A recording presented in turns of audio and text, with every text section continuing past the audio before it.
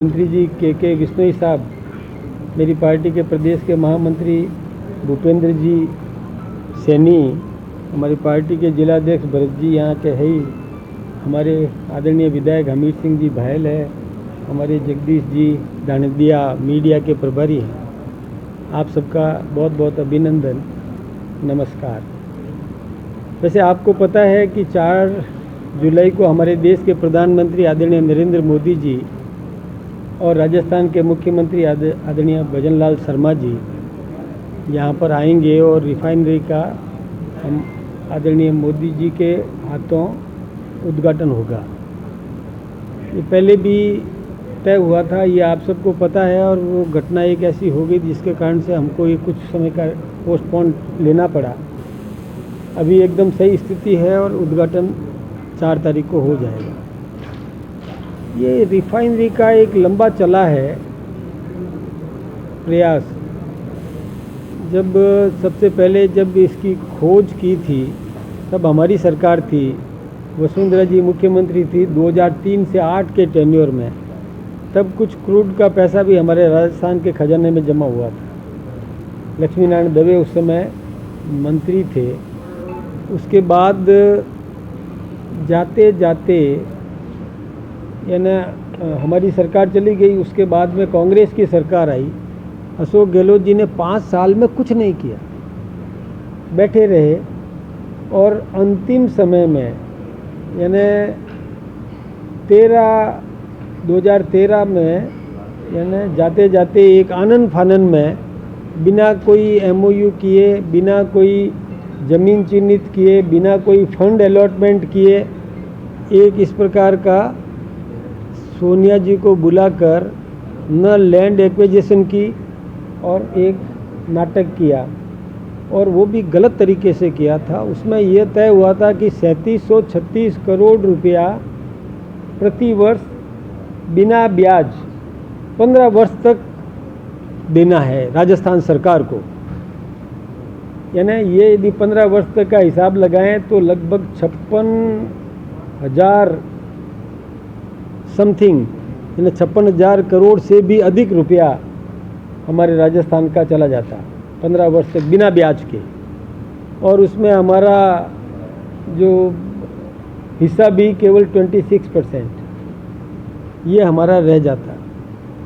और उस समय जो उत्पादन का भी उन्होंने किया था 4.5 MMT per annum, million metric ton per annum राजस्थान का क्रूड, और 4.5 MMT पर एनम अरब का क्रूड ला कर के, यानी अरब से यहाँ ला कर के, और फिर वो यहाँ पर रिफाइनरी चालू करने का उनका अशोक गहलोत जी का ये MOU था। बाद में हमारी सरकार आ गई 2013 में, यानी 2013 मार्च में तो उन्होंने ऐसा किया। हमारी सरकार आई, वसुंधरा जी ने वो सब कुछ हटाया कि हमारी ज़मीन, पैसा भी हम दें, और फिर हमारा हिस्सा शेयर भी इतना कम, और फिर आप अरब से लाओगे क्रूड और फिर 9 MMT बनाओगे, तो ये तो घाटे का सौदा है, नहीं करेंगे। फिर उन्होंने नया MOU किया जिसमें केवल कुल मिलाकर के 16,000 करोड़ रुपया देना ही तय हुआ, यानी 40,000 करोड़ का फ़ायदा ये राजस्थान को मिलेगा, मतलब बचेगा, ये उन्होंने तय किया। फिर हमारा काम चालू हुआ, लेकिन हमारी सरकार चली गई। फिर कांग्रेस ने कुछ भी नहीं किया, इसमें कोई प्रोग्रेस नहीं की। जो हमने किया था उसको ही उन्होंने, जो चल रहा था। लेकिन जब अब हमारी सरकार आ गई, हमने पूरी ताकत लगाई, भजन लाल जी ने पूरी क्षमता से काम किया, काम करवाया, और काम करवा करके रिफाइनरी को प्रोडक्शन में लाए। अब कोई अरब से क्रूड नहीं लाना है 4.5 MMT पर एनम, मतलब 4.5 million metric ton per annum बाहर से नहीं लाना है, सब कुछ यहीं का होगा। और 9 million metric ton per annum अब उत्पादन होगा। इससे हमको पेट्रोल भी मिलेगा, डीजल भी मिलेगा, केरोसिन भी मिलेगा, और बिटुमिन भी मिलेगा, और गैस भी मिलेगी। और अभी आपको पता है गैस का उत्पादन भी हमने शुरू कर दिया। यही नहीं, हमारे इस रिफाइनरी ने यह तय किया है कि 450 पेट्रोल पंप अलॉट करेंगे और यहाँ का ही पेट्रोल डीजल और ये जो गैस है यहाँ का ही और वहाँ पर वितरण होगा और वो वितरण करेंगे। यानी रेवेन्यू जनरेट होगी, हिंदुस्तान को राजस्व लाभ होगा, कई लोगों को उद्योग मिलेंगे, पेट्रोकेमिकल्स की इंडस्ट्रीज लगेगी। ये आपके इस पचपदरा में तो वरदान साबित होगा, राजस्थान के लिए भी वरदान साबित होगा। इस रिफाइनरी से देखिए, आपकी रिफाइनरी से पहले की क्या स्थिति थी, पचपदरा की ज़मीन की कीमतें कितनी थी और आज आप कल्पना करो कि कितनी कीमतें बढ़ी हैं। आपके यहाँ कितने बड़े बड़े होटल्स लग गए, कितने रिसोर्ट्स बन गए, कितने बड़े बड़े मॉल बन गए, उद्योग लग रहे हैं। यही नहीं, आपके यहाँ पर ये दुकानें, शोरूम्स इतने बढ़ गए, बड़े बड़े चौड़ी चौड़ी सड़कें बन गई, आपके यहाँ पर विकास हो रहा है। तो ये विकास केवल पचपदरा में या बालोतरा में ही नहीं होगा, पूरे राजस्थान के लिए वरदान साबित होगा, जिसका उद्घाटन हमारे देश के प्रधानमंत्री आदरणीय नरेंद्र मोदी जी यहाँ आकर के करने वाले हैं। तो मैं तो आप सबका यही अभिवादन करते हुए निवेदन भी करना चाहूँगा कि एक जागरूकता समाज में पैदा करने का काम करें। एक दूसरी बात मैं आपसे और बताऊँगा कि राजस्थान को पानी चाहिए, राजस्थान को पानी चाहिए। राजस्थान के किसान को यदि राजस्थान में पानी लाने के लिए हमारे देश के पूर्व प्रधानमंत्री अटल बिहारी वाजपेयी जी ने नदी जोड़ो एक अभियान चलाया था। ये केवल काल्पनिक बात नहीं थी, ये न जोड़ करके नहरों के माध्यम से पानी का उपयोग प्रत्येक नागरिक को करना है तो उसको मिल जाए, इसके लिए उन्होंने एक योजना बनाई थी। उसके बाद में हमारे अभी नरेंद्र भाई मोदी जी ने इस प्रकार का प्रयास किया कि पानी सबको मिलना चाहिए, घर घर नल, घर घर जल, और हर किसान को पानी मिले, इस प्रकार की व्यवस्था भी सुनिश्चित की जानी चाहिए। तो इसके लिए कई उन्होंने प्रयास किए।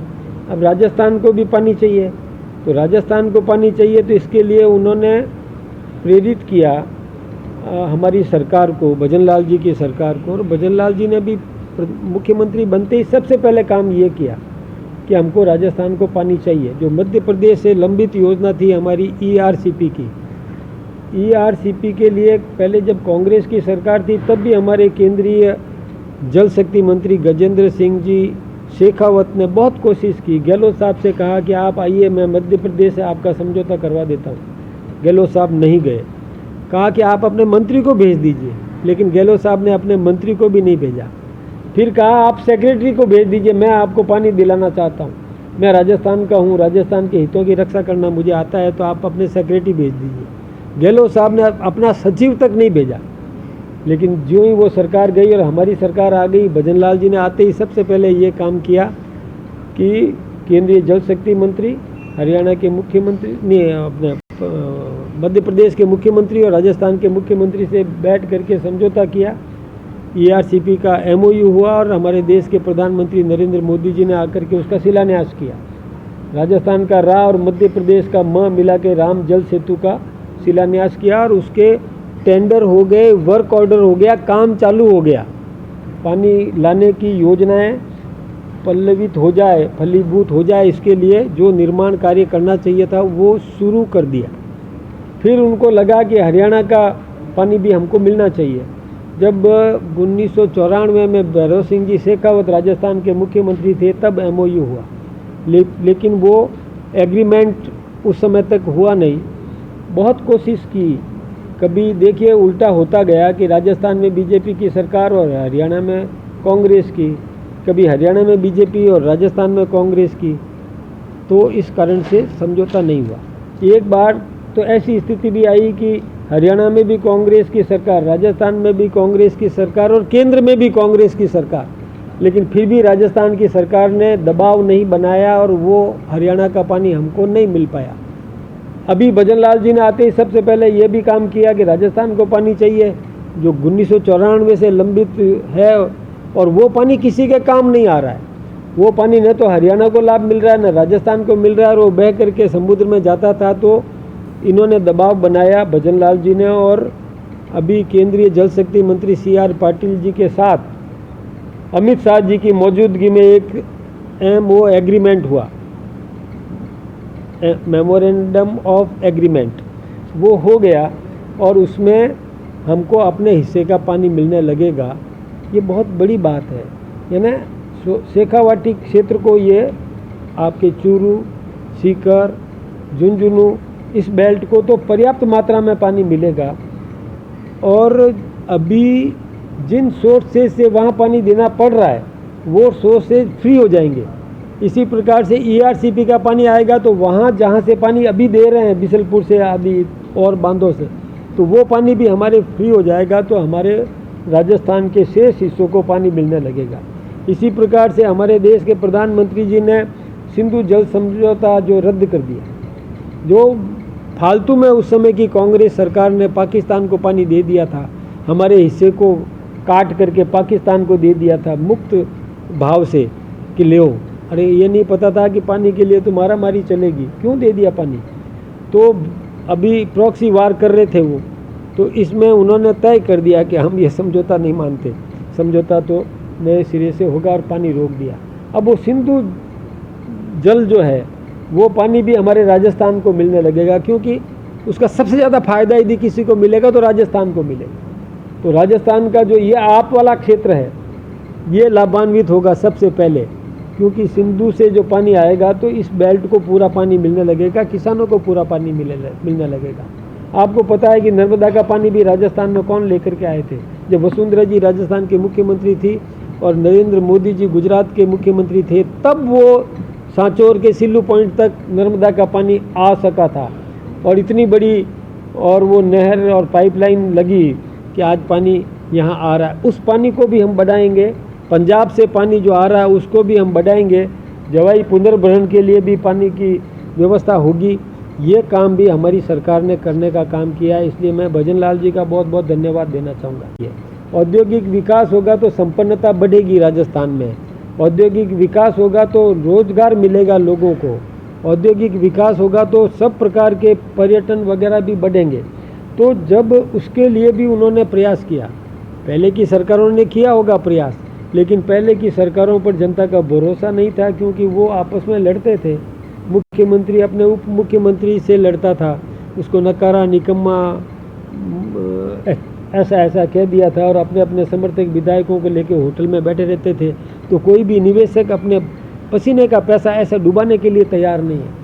जब अब भजन लाल जी ने राइजिंग राजस्थान किया तो भी निवेशकों को ये विश्वास हो गया कि डबल इंजन की सरकार है, ऊपर से भी पूरा आशीर्वाद है और स्थायी सरकार राजस्थान में भी है, तो हम पैसा लगा सकते हैं। तो पैसा लगाया, और पैसा लगाया तो मैं आज एक रिसोर्ट्स में गया था आपके यहाँ पर, एक रिसोर्ट ऐसा बन रहा है कि जिसमें 2500 कमरे बनेंगे। यानी ये विश्वास की बात है। एक प्रकल्प एक ऐसा बना है कि वो हमारे फालना में आज यानी MOU भजन लाल जी ने किया और प्रोडक्शन में आ गया। कांच की गिलास बन रही है, चाय के कप प्लेट्स बन रहे हैं, फ्लास्क बन रहे हैं, बड़े बड़े कांच के बर्तन बनने लग गए फालना में।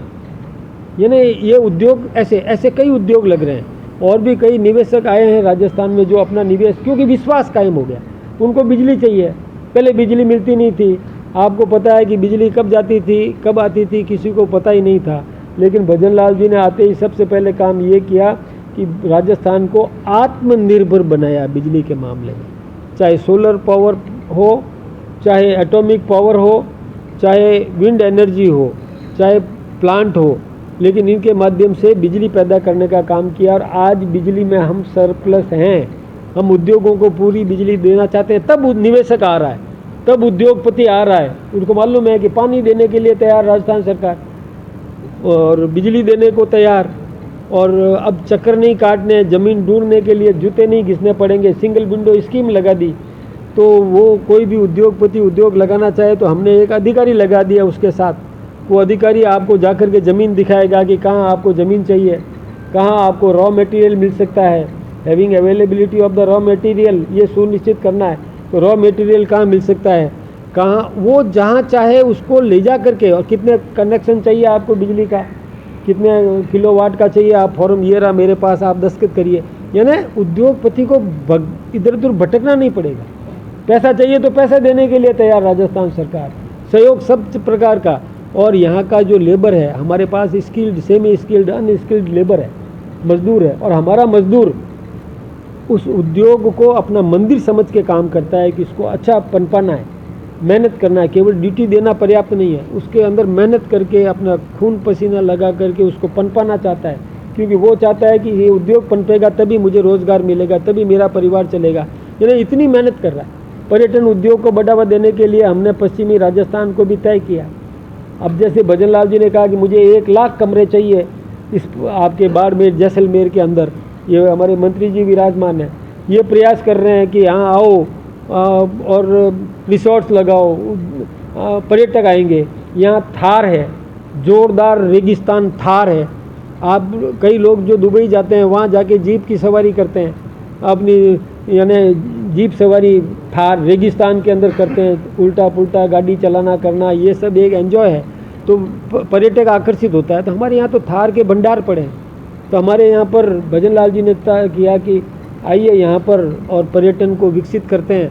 तो उसके लिए सुविधा चाहिए, उसको रहने के लिए ठिकाना चाहिए। अब एक पर्यटक आएगा तो यहाँ की टैक्सी चलेगी, यहाँ के ढाबे चलेंगे, यहाँ की होटलें चलेगी, यहाँ के कॉस्मेटिक्स की दुकानें चलेगी, यहाँ के कपड़े की दुकानें चलेगी। जब एक पर्यटक आएगा तो यहाँ पैसा देगा वो, तो संपन्नता हम सबको मिलने लगेगी। यहाँ के प्रत्येक नागरिक को संपन्नता मिलेगी, आय बढ़ेगी उनकी। तो ये सब काम भजन लाल जी करना चाहते हैं। मैं भजन लाल जी का एक धन्यवाद इसलिए भी देना चाहूँगा कि उनको जो व्यवस्था मिली थी, चरमराई हुई व्यवस्था मिली थी, भ्रष्टाचार की पराकाष्ठा थी। देखिए कि उनके मंत्री जो जल शक्ति मंत्री थे, उनके घर घर नल घर घर जल वाले, वो जेल में इतनी व्यवस्थाएं बिगाड़ दी। आज पानी के लिए मैं कहीं भी जाता हूं तो मुझे कहते हैं कि लोग पानी चाहिए, हमको पानी चाहिए। अरे वो यदि भ्रष्टाचार नहीं करते तो आज आपको पानी के लिए इधर उधर से भटकना नहीं पड़ता, यहाँ के आम नागरिक को पानी के लिए मोहताज नहीं होना पड़ता। लेकिन चूंकि उन्होंने भ्रष्टाचार किया, लेकिन भजन लाल जी ने आते ही उनको बंद किया। उनके अधिकारी, वो अग्रवाल, क्या नाम है, सुधीर है कि सुबोध है, सुबोध, वो भी जेल में बंद है। अफसर ACS जैसा बड़ा अफसर, वो भी जेल में बंद है। उनके मंत्री जेलों में बंद है, उनके RPSC के मेंबर जेलों में बंद है। पेपर लीक उनके समय में हुए, हमारे समय में एक भी पेपर लीक नहीं होने दिया। मैं भजन लाल जी का इसलिए भी धन्यवाद देना चाहूँगा कि इस चरमराई हुई व्यवस्थाओं में से 2.5 साल के अंदर जो कुछ भी इतना बड़ा परिवर्तन कर दिया, ये एक उनके बुद्धि कौशल, कर्म शक्ति, कर्तव्य निष्ठा, ध्येय निष्ठा और इस देश की, इस राजस्थान की सेवा के लिए संकल्प के कारण से ये सब संभव हुआ। मैं उनका भी फिर से धन्यवाद देना चाहूँगा। आप सब मीडिया से मैं यही निवेदन करना चाहूँगा, शब्दावली का भी ख्याल नहीं है, शब्द चयन भी सही ढंग से वो नहीं कर सकते। कई लोग हमारे केंद्रीय मंत्री के नाम तक को सही ढंग से नहीं पुकार सकते। मुझे लगता है कि या तो उनको नाम याद नहीं है, या उनकी जीवा को शायद वो क्या पैरालिसिस हो गया है कि जीभ सही नहीं चल रही है, इसलिए उच्चारण सही नहीं कर पा रहे हैं, पता नहीं क्या हो गया है। ऐसे ऐसे शब्द प्रयोग कर रहे हैं। ये राजनीति को इतनी गिरावट पसंद करता है क्या? मीडिया तो कतई नहीं करेगा, संभ्रांत मीडिया है। मीडिया कभी भी नहीं चाहेगा कि राजनेता इतने हल्के शब्दों का प्रयोग करे। उच्च स्तर होता है, विरोध करो, प्रबल विरोध करो, जम के विरोध करो, चलेगा।